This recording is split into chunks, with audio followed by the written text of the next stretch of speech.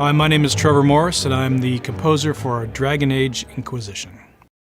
The idea of the game itself was really the main theme of the music. It wasn't really particular to any one thing. It was an all-encompassing thing.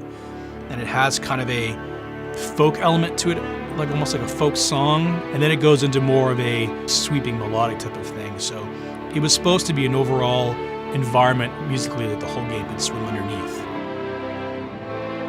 Dragon Age Inquisition is its own thing. I mean, you know, I'm largely driven by the story, and the visuals are so incredible. And for me, there's an inspiration that comes from that you can't get any other way. I'm forever asking them to send me in-game footage. Play the game and just capture it in video and send it to me, and I loop it on my screen.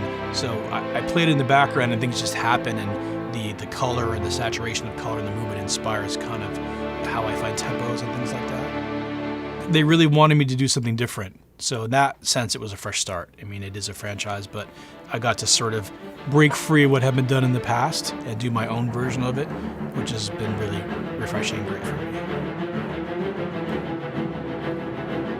Being in Nashville's a music town, man. I love that about this town. I was really excited to come here. I've never recorded, never been here before. The studio has stained glass coming through it as the sunlight changes through the day, and it's fun to experience the, we called it the Temple of Dragons today is what we called it, I think. I'm just overwhelmed by the emotional quality that I got from all the sections. We did strings on their own, we did brass on their own, then we did choir on their own. To me, choir being the most timeless instrument, it's been around since the dawn of man, obviously. Bringing a choral element to it is really important to me. I love writing for choir, and I thought it was an important part of the language for Dragon Age, and we just finished the choir as the icing on the cake. So you get that gothic, ancient, it's both modern and old at the same time. That's the thing that choir brings that nothing else can do, so I'm really happy we got to do that.